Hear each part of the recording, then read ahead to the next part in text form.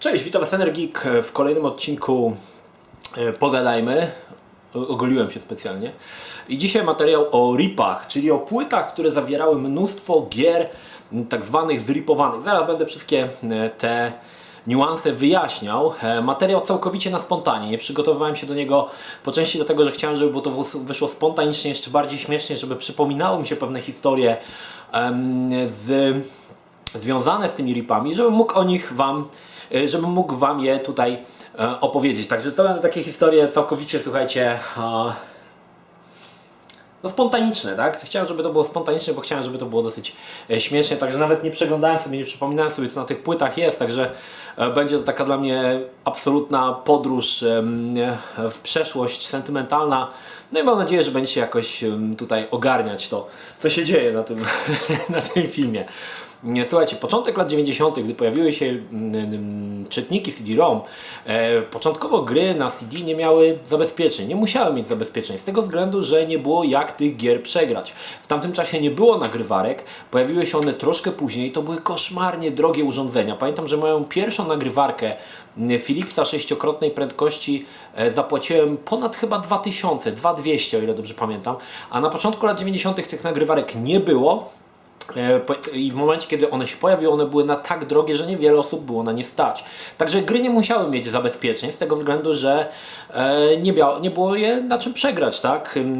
Oczywiście najprostszym sposobem grania w takie gry, na przykład w grę, która była na 2 płytach, zostało ripowanie, czyli wyciąganie z gier, wyrzucanie z gier dźwięków, filmów, zostawianie samego core'u, samego gameplayu i przenoszenie tego na dyskietkach. I tak tutaj dla przykładu mogę powiedzieć na przykład pierwszy Command & Conquer, który zajmował 2 płyty w oryginale, w momencie kiedy został zripowany, zajmował troszkę chyba 12 dyskietek, czyli to tak około 20-30 mega, ile dobrze pamiętam. I on działał, tak? Nie miałeś co prawda filmików, ale miałeś cały ten core rozgrywki, był w niej zawarty. Także tak to się wtedy robiło. Potem pojawiły się takie pierwsze zabezpieczenia, takie dosyć prymitywne, kiedy o zabezpieczeniach płyt to jeszcze może kiedyś sobie powiemy w sumie. Pierwsze takie zabezpieczenia prymitywne, gdzie system sprawdzał, czy grasz z płyty, czy gra jest uruchamiana z twardego dysku. I tutaj dosyć łatwo to było obejść. I tutaj też powrócę do Command & Conquer, bo Command & Conquer miał takie zabezpieczenie.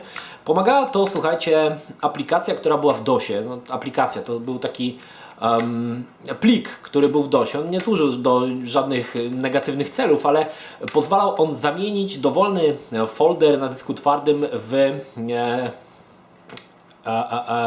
osobny na przykład CD-ROM, czy tam w osobny jakiś nośnik, czyli mogłeś sobie na przykład C2 zamienić jako D i wtedy w komputerze jako D miałeś tę zawartość tych folderów. Nazywało się to subst, o ile dobrze pamiętam, subst. I to pozwalało właśnie ominąć te pierwsze zabezpieczenia. No i potem oczywiście te zabezpieczenia pojawiały się inne. Dodatkowo problemem było na samym początku to, że dyski nie były duże. Ja miałem 120 mega, także jeżeli chciałeś zagrać w coś, powiedzmy na płycie, które było, nie wiem, Fantasmagoria na 7 płytach, no to nie miałeś szans, żeby sobie to zmieścić na dysku, więc i tego typu gry, które były głównie filmami interaktywnymi i zawierały się na więcej niż 2 płytach, jak właśnie Fantasmagoria, Black Dahlia, te gry nie były piracone, bo to się po prostu nie opłacało. Nie opłacało się też to sprzedawać ruskim w formie płyt tłoczonych, ponieważ jedna płyta kosztowała 30 zł, 3 razy 7 to już chyba oryginał był tańszy, także tak to wyglądało. No i oczywiście były te płyty z ripami, czyli jedna płyta CD, na której było różnie, no nawet 30-40 różnych gier, oczywiście powycinanymi wszystkimi elementami, tymi grafikami, czyli tym, co najwięcej zajmowało, czyli filmami. No i kupowałeś taką płytę i tam miałeś na przykład 30 gier, no i to każda gra się odpalała, mogłeś sobie grać. No i to dzisiaj ten odcinek będzie właśnie o tych ripach. Na początek taka informacja, czy te płyty były drogie. Na ówczesne czasy, czyli na lata 90., były one dosyć drogie. Wtedy oryginalna gra kosztowała, tak pi drzwi tutaj to określę, w oparciu o jeszcze inflację, około 400 zł. Tak na dzisiejsze pieniądze pewnie około 400 zł. Jedna gra oryginalna. Natomiast płyta z ripami zazwyczaj kosztowała 1/3 lub połowę tego. To nie było mało, to było dosyć dużo, ale w zamian dostawałeś, tak jak tutaj mamy, całą listę przeróżnych, fantastycznych gier, które mogłeś sobie grać. Jak polegało wybieranie takich płyt CD-ripowych, czyli na CD-ripów, tak? Czyli podchodziłeś do gościa, który miał tam na tych stoliku powiedzmy tam 8 czy 10 tych płyt, no i jak polegało na wybór taki, no bo piraci byli dosyć sprytni. To nie było tak, że na jednej płycie były wszystkie najlepsze gry w ogóle, jakie wyszły w ostatnim czasie, tylko one były porozrzucane na różnych płytach. Także na jednej był Tomb Raider, na drugiej był Command & Conquer, a na trzeciej było coś tam, więc jeżeli chciałeś te wszystkie 3 gry zagrać, no to musiałeś te wszystkie 3 płyty kupić. I ja tutaj korzystałem z tej metody, której się nauczyłem przy kupowaniu kaset na Commodore, czyli szukania słów kluczowych w tytułach. Na Commodore było to ninja, karate, tego typu rzeczy, jak tam coś lub gry, które znałem z automatów, jak Papaj czy Pujan. W momencie, kiedy znajdowałem, to już mnie reszta nie interesowała, interesowała mnie tylko jedna gra. I podobnie było tutaj, tylko że tutaj już miałem ogar, jakie te gry się pojawiały, więc szukałem jak najwięcej tych gier, które mnie interesują i w które chciałbym zagrać. Pierwszą płytą, którą kupiłem, to jest ta płyta. Ona, co ciekawe, ja postaram się jeszcze tutaj wrzucać pewne informacje, czy też pewne zrzuty ekranu z tego, z tych płyt. Nie wiem, czy one się jeszcze czytają, zobaczymy. I to tak to wyglądało, słuchajcie. Kupowaliśmy sobie taką płytkę. Ona to była płyta jeszcze w tamtym czasie to były płyty, które miały pojemność 680 MB, to nawet nie były 700. To były zwykłe płyty, tak? Kopiowane na jakichś tam mega drogich sprzętach. To już były czasy, kiedy te się pojawiły. O, widzicie, mam nawet oryginalną karteczkę. Ja sobie tutaj to podmienię, żebyście widzieli, jak to wyglądało absolutnie w oryginale, a nie z mojej drukarki. Tak to wyglądało. CD Games numer 4. No i tych gier mieliśmy tutaj, słuchajcie, sporo. No i tutaj są, oczywiście z każdą tą płytą łączą się różne, przeróżne fajne historie. Nie wiem, czy to się zmieści w jednym odcinku, bo nie chcę tego przedłużać. No i na przykład kupowałeś sobie taki CD Games 4 i tu miałeś Alone in the Dark 3, Big Red Adventure, Command & Conquer, Crusader, Doom 2, Dungeon Master, Fate to Black, Liga Polska Manager, tak? Grałem w Ligę Polską Manager, Magic Carpet 2, Mech Warrior, Need for Speed, Another World, Pinball Illusion, Primal Rage, Simon the Sorcerer 2, Witch Heaven, Ultimate Doom, SimCity 2000, czyli mega dużo różnych fajnych tytułów. Oczywistym jest, że jakieś 10% z tych ripów po prostu nie działało. Z tego względu, że były źle skrakowane bądź źle zripowane, także jakiegoś pliku brakowało albo w ogóle się nie odpalało. Także kupienie tej płyty wiązało się z tym, że dopiero zasiadałeś w domu i próbowałeś te wszystkie gry odpalić. Oczywiście z tego co pamiętam, bo mogę się mylić, mi się udawało odpalić około 99%. Mocno siedziałem w tym, powiedzmy, jak naprawiać błędy crackerów, riperów, żeby te gry działały. I mocno byłem w to wkręcony, łącznie z produkowaniem jakichś plików batchowych, żeby to się odpalało. Nieistotne, tak to wtedy właśnie działało. No i teraz tutaj ciekawostka. Na tej płycie jest na przykład, opowiadałem Wam o tym, Primal Rage, czyli gra, która wymagała, ta najwyższa wersja wymagała 16 MB RAMu. Przypominam, że wtedy standardem było chyba 4 i to była historia, kiedy ojciec właśnie miał mi rozwiększyć do 8 MB, a on mi zwiększył do 16, czy nawet do 32, do 32 mi zwiększył, także to był całkowity kosmos. I tu jest właśnie ta wersja Primal Rage, która działała na 16 MB, ona się nie odpalała na mniejszej ilości RAMu. Ciekawostką jest tutaj na przykład Dungeon Master, ponieważ Dungeon Master był wydany w 2 wersjach, i VGA i SVGA. Oczywiście były to dwa osobne ripy. W grze, podejrzewam, na płycie CD można było sobie wybrać, którą grę chcesz odpalić, ale tutaj to było osobno. Był też ten Command & Conquer, o którym Wam mówiłem i który korzystał z tego emulatora Subst, który gdy się włączało, on emulował jakby dysk, płytę w CD. I tutaj na przykład pamiętam jest gra Anvil of Dawn.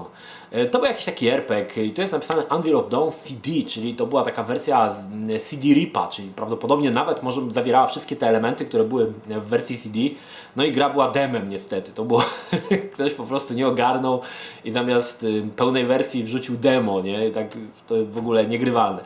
Jest na przykład Cezar 2, tutaj jeszcze Need for Speed, to jest też ciekawe.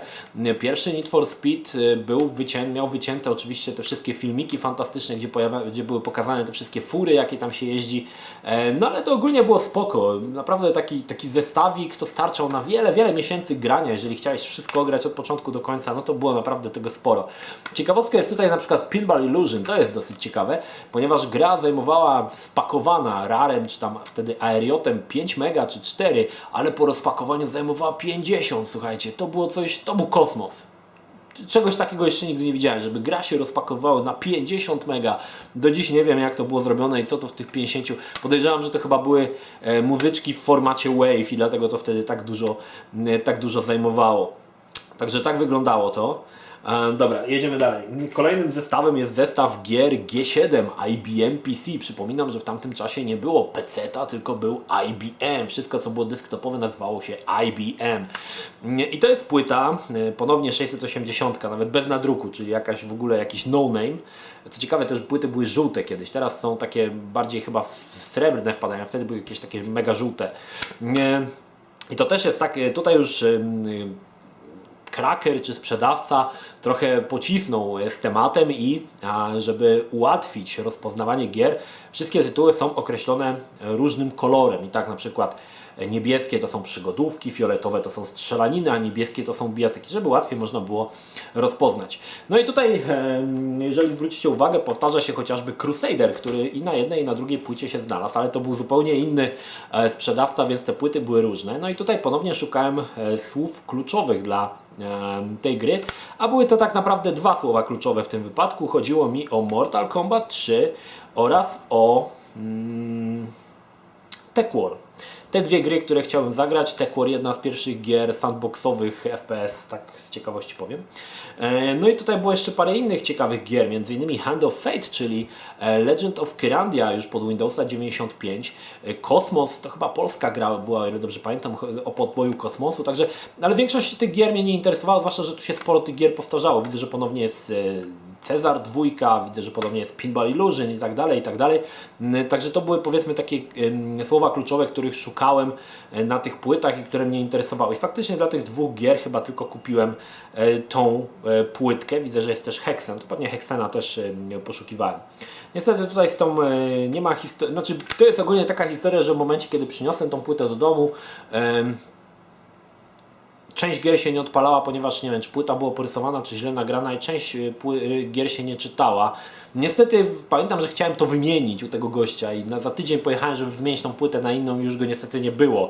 Chyba wiedział, że sprzedał mi jakieś barachło i uciekł do Bangladeszu i potem już go w ogóle nie można było znaleźć, więc zostałem z płytą, która nie do końca się czyta, ale dzisiaj dzisiaj albo jutro spróbuję ją na moim teraz aktualnym PC-cie zgrać na dysk. Zobaczymy, czy w ogóle cokolwiek się z tego zgra. Ok, jedziemy dalej. I tu mamy kolejną, czekajcie, zobaczę, czy mam oryginalną okładkę. Jest oryginalna okładka. Ojej, poczekajcie, ja muszę tu przygotować. Nie przygotowałem się do tego właśnie. Zależało mi też na tym, żeby pokazywać te oryginalne okładki, bo to jest ważne. To jest najważniejsze w tym wszystkim, te okładki. Ok. I tu mamy CD Games 8. Jeżeli zwrócicie uwagę, CD Games 4, CD Games 8 należały do jednej serii. No i tutaj mamy, zobaczmy, co my tu mamy ciekawego. Mamy Actua Soccer, mamy Caveman Ninja, mamy Firestorm Thunderhawk 2, bardzo fajny taki arcade'owy symulator w stylu Comancha.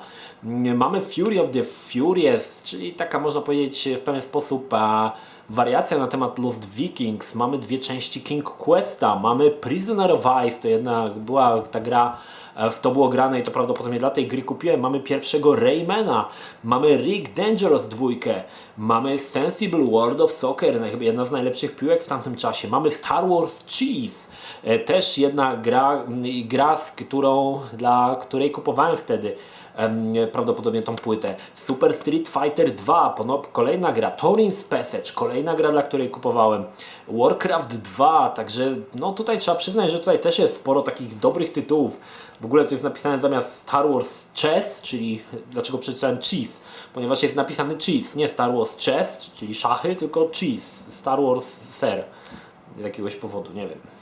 No i ponownie tutaj mamy 650 płyta, jak widzicie, 74 minuty. No i tu były te gry oczywiście nagrane. I te dwie gry, 4 i 8 to były moje ulubione, bo to było naprawdę mega sporo dobrych tytułów, w które grałem bardzo długo, bo to wiadomo, że to nie sposób ograć tego wszystkiego, nawet sprawdzić każdą pojedynczą grę jest dosyć ciężko, także trochę ogranie tych wszystkich wspaniałości zajmowało.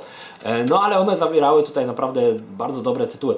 No i tu jest jeszcze ciekawostka na tej płycie, chociażby widzę, że czasami twórcy do niektórych ripów wydawali tak zwane addony albo upgrade'y.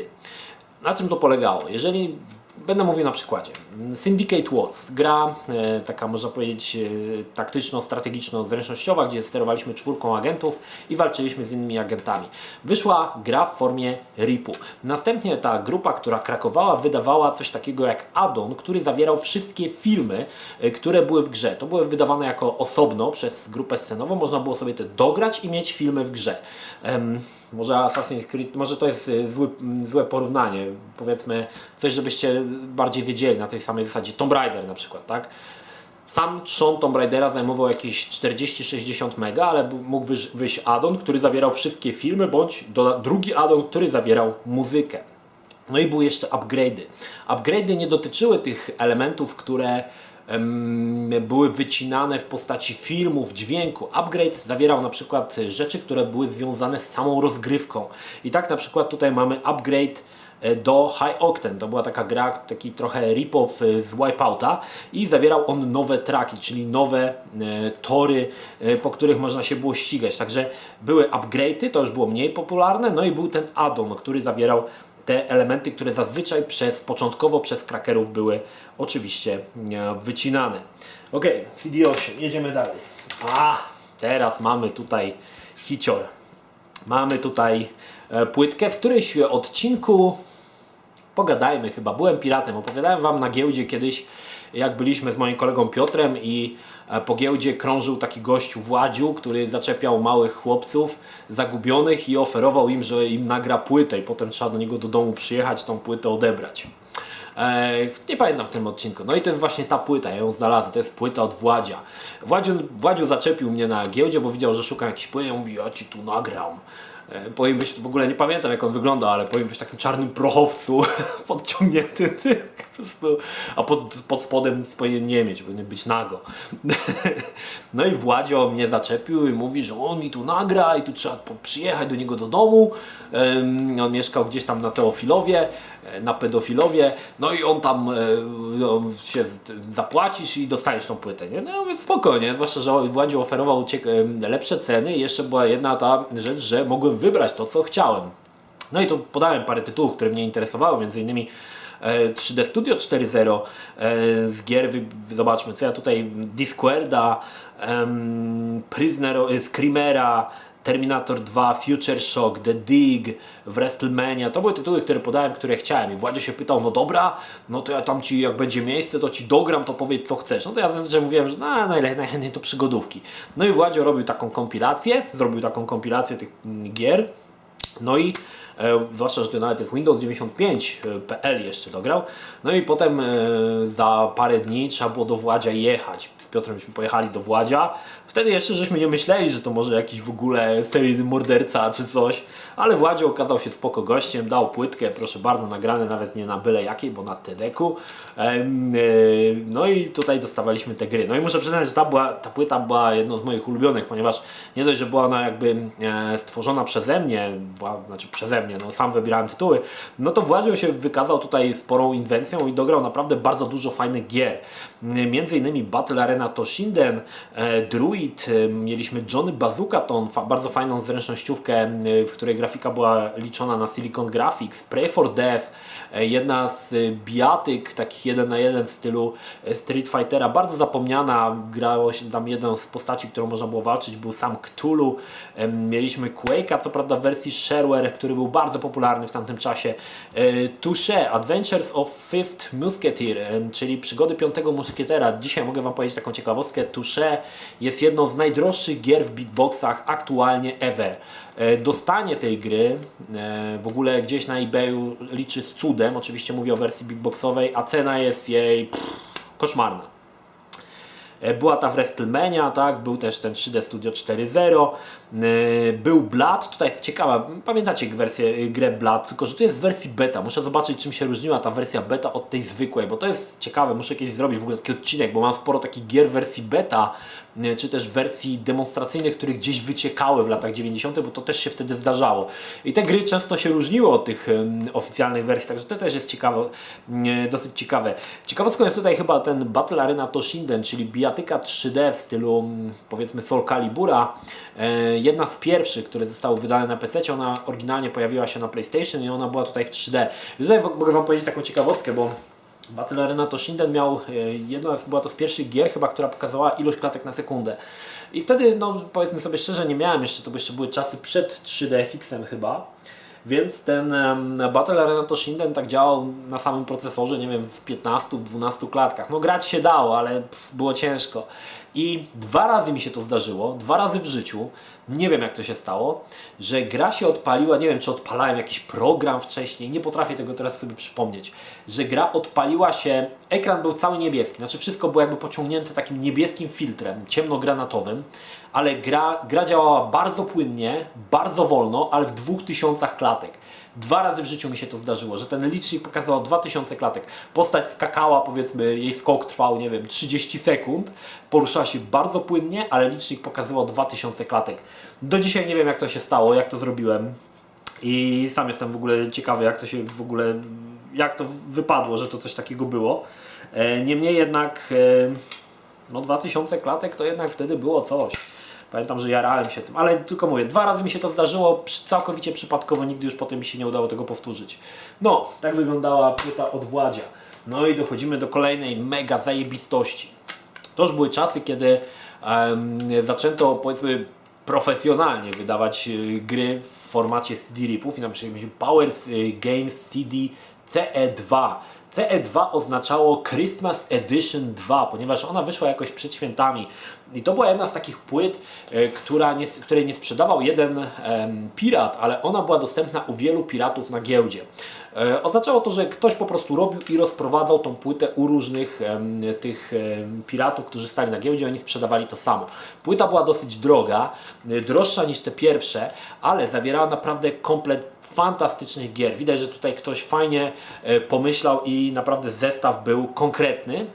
Tylko tak jak mówię, gra była droga i oczywiście to już była taka, zobaczcie, fajna okładka. I tu jest jeszcze napisane, ciekawostka, płyta posiada installer ułatwiający instalację gier. Muszę zobaczyć jak ten installer wygląda, ale to już piraci wykazywali się inwencją, tak? Nie dość, że... Bo te wszystkie gry tutaj wcześniej to były po prostu spakowane pliki, które rozpakowywały się na dysk twardy, ale tutaj mamy jakiś installer szalony, który muszę zobaczyć. No dobra, Christmas Edition 2 zawierał naprawdę dobre tytuły. Żeby wspomnieć chociażby Command & Conquer Red Alert, był Destruction Derby 2, F-22 Lightning 2, chociaż ja sporo grałem w symulatory, to był taki zręcznościowy symulator z nieziemską na tamte czasy grafiką i pokazanym terenem. Hunter x Hunter, o którym kiedyś wspominałem. I tutaj ciekawostka, Hunter x Hunter oprócz samej gry mamy jeszcze add-on w postaci filmów, to o czym mówiłem wcześniej, czyli jeżeli chciałeś mieć filmy w grze, musiałeś sobie to dograć. Network Q-Rec Rally Championship, czyli takie powiedzmy pradziad Colina McRae. Privateer 2 Darkening, to jest ciekawostka. Privateer 2 wyszedł na 4 płytach. Samo intro trwało chyba z 15 minut. Co ciekawe, gra tam główną rolę gra Cliff Owen. Mam nadzieję, że niektórym z Was jest znany.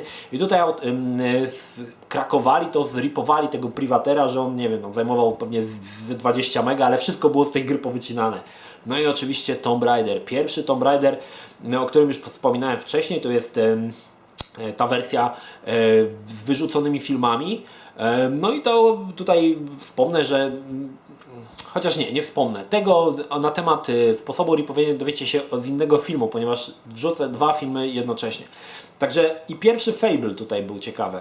Nie wiem, czy to jest ten Fable, czy to nie jest jakiś inny. Twórcy tej płyty już wykazali się powiedzmy jakąś taką inwencją i mamy nawet napisane, która gra działa spod DOS-a, która działa spod Windowsa 95 oraz kto tą grę produkował. Także wiecie, no to już możemy, to powiedzmy już taka profesjonalna piracka robota. Także sporo tutaj tych gier, naprawdę dobrych gier było. I tutaj jeszcze wspomnę, bo tu jest logo nawet tego pirata w lewym dolnym rogu, CD-ROM Ghost 101.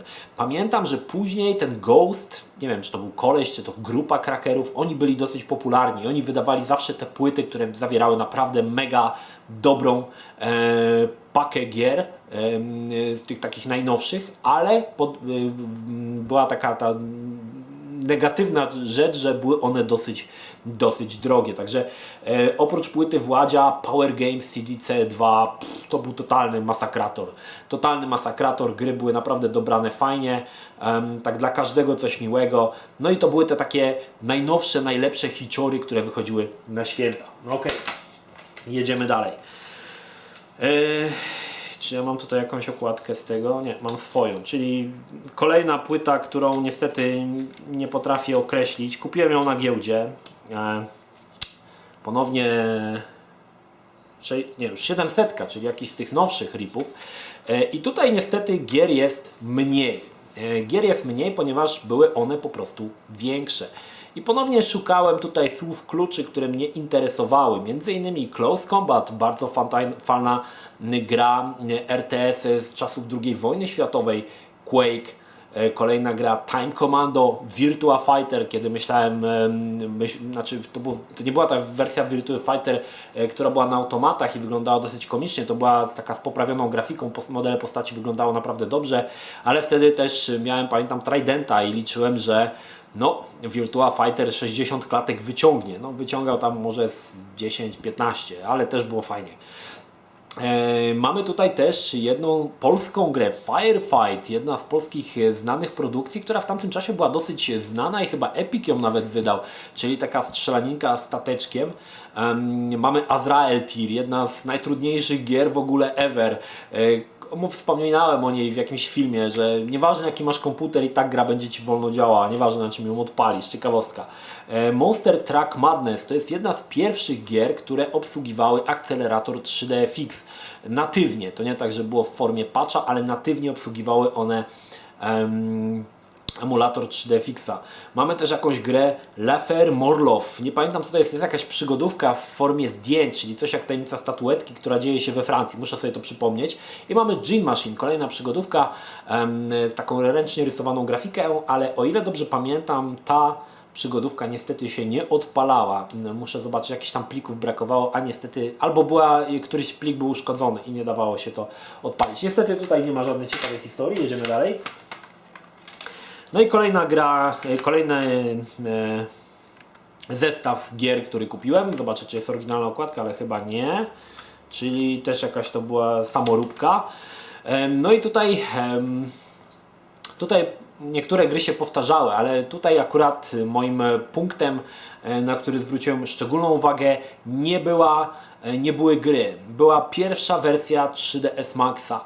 Pamiętam, gdy zobaczyłem interaktywne demo 3ds Maxa w drugim albo w trzecim numerze CD Action, to było w formie takich filmów pokazane, jak to wszystko prosto i fantastycznie się robi, że to jest po prostu pyk i masz animację postaci, pyk i modelujesz. Ja mówię, nie, no to ja muszę ten program mieć i będę po prostu mega modelarzem w ogóle. Miałem wcześniej Ogar z 3D Studio 4.0, na którym dosyć długo pracowałem, nie mogę powiedzieć, że wymiatałem, ale powiedzmy, że byłem dobry z tego 3D Maxa na tamte czasy, kiedy grafików 3D można było policzyć na palcach jednej ręki, więc zakładałem, że przejście na 3D Maxa będzie płynne. I pamiętam, pierwszy raz odpaliłem tego 3D Maxa i tak siedzę, tu jakieś ikonki, tu jakieś menu, mówię, Boże, o co tu w ogóle chodzi? Klikam, w ogóle nie wiem co się dzieje, w ogóle nie wiedziałem jak to się poruszać po tym. Na interaktywnym demie wszystko wyglądało tak fajnie i łatwo, a tutaj po prostu mega jakiś problem, żeby to ogarnąć.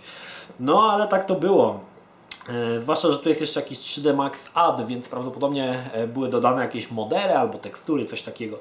Oprócz tego mamy tutaj Duke Nukem i mamy dodatkowe addony. To były różne modyfikacje samej gry Duke'a, czyli nowe postacie, czasami nowe tekstury. Mamy mapy do Duke'a 3D, czyli te takie samoroby mapy, które robili fani. Mamy tutaj wyścigi Daytona USA, jedna z gier, która chyba się pojawiła oryginalnie na Sedze Saturn i już też obsługiwała 3DFX-a. Eradicator to taka strzelaninka TPP, ale nic ciekawego. FIFA 97 chyba najbardziej tłuczona gra w tamtym czasie przeze mnie i mojego kolegę Bola, który był wielkim fanem piły i żeśmy w tą FIFA non-stop cieli. Oczywiście to jest RIP, więc nie ma komentarza, powycinane są wszystkie filmy, ale żeśmy sporo w to grali. Omawiany Syndicate Wars wcześniej też tutaj jest. No i tutaj mamy jeszcze Incredible Hulk, czyli jeden z takich krapowatych gier zręcznościowych. Okay. No i dochodzimy już do czasów, kiedy zaczęły pojawiać się gry w formie, czyli ruskie tłoki, które dodatkowo były ripami. Oczywiście to nie było tak, że one były nagrywane, te płyty były tłoczone i zawierały sporo gier, taki zestaw różnych gier, no i one zazwyczaj były, tam tych gier było parę. Niestety tutaj nie mam już ułożonych ich w formie tak jak one się pokazywały, bo już tego nie pamiętam, także tutaj może wystąpić trochę miszmasz, że niektóre płyty powinny być później, a będą wcześniej i tak dalej, ale nie mam tego poukładanego chronologicznie. No i pierwszą płytą jest Nowejsze 3DFX i gry. I to w założeniu były to gry, które obsługiwały 3DFX. Jak widzicie, jest to rosyjska produkcja, ale też się wykazali inwencją, jakieś mamy okładeczki tych wszystkich. Zastanawia mnie Curse of Monkey Island, bo gra, znaczy ja wiem dlaczego to było, zaraz wam powiem, dlaczego ona jest na zestawie gier na 3DFX. Przecież Curse of Monkey Island nie obsługiwało 3DFX, ale zaraz wam powiem dlaczego tak autorzy myśleli.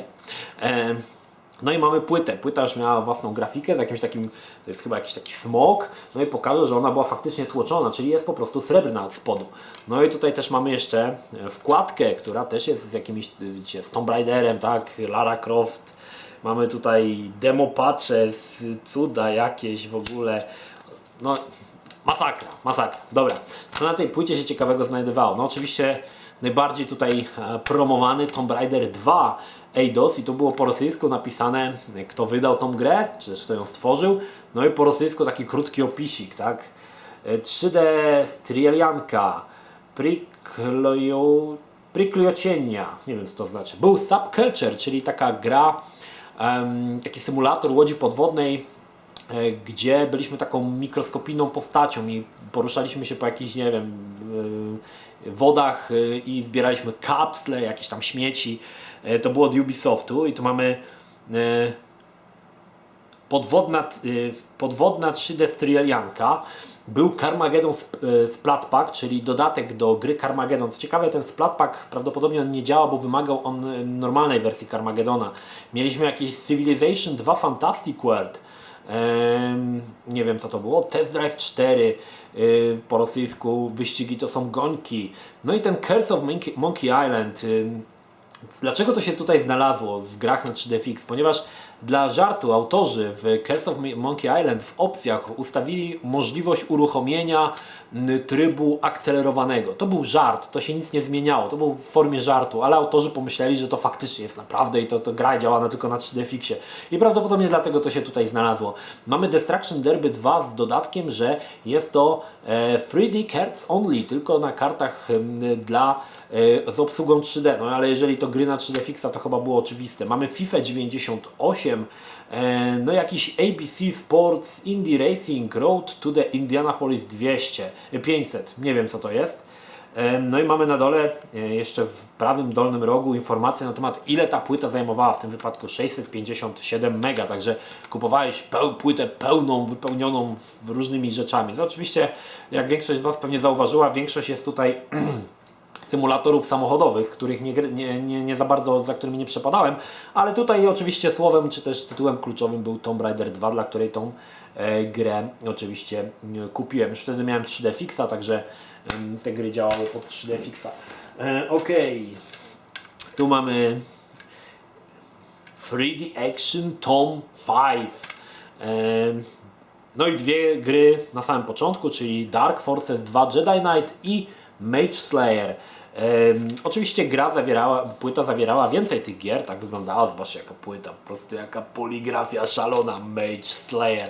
Szczerze mówiąc nawet nie wiem, ta gra jest w ogóle tutaj wyróżniona, więc to musiał być jakiś mega super tytuł, ale ja go już dzisiaj nie pamiętam.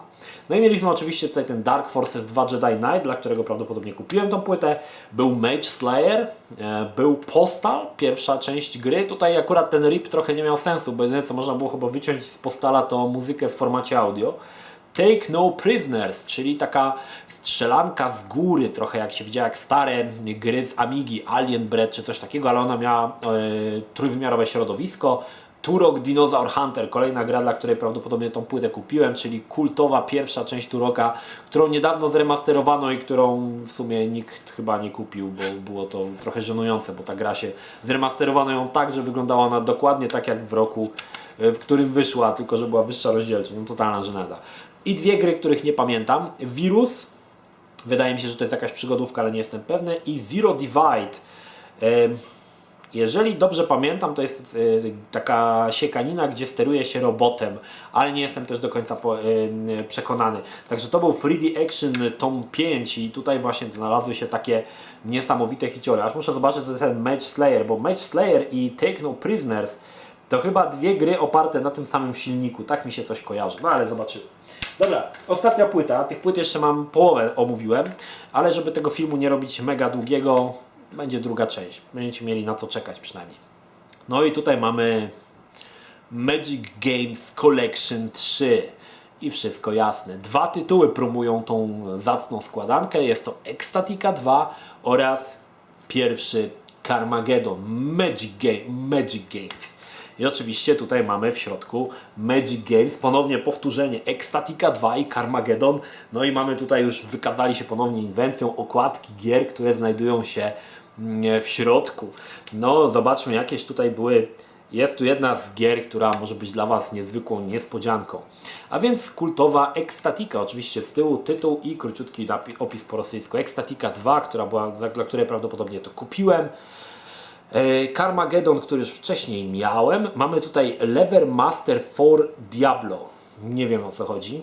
Trzeba by zobaczyć. Jakiś Strike Point Hex Missions. Też zupełnie nie wiem, o co chodzi. Raiden 2. To jest chyba strzelanka, gdzie leciało się samolocikiem.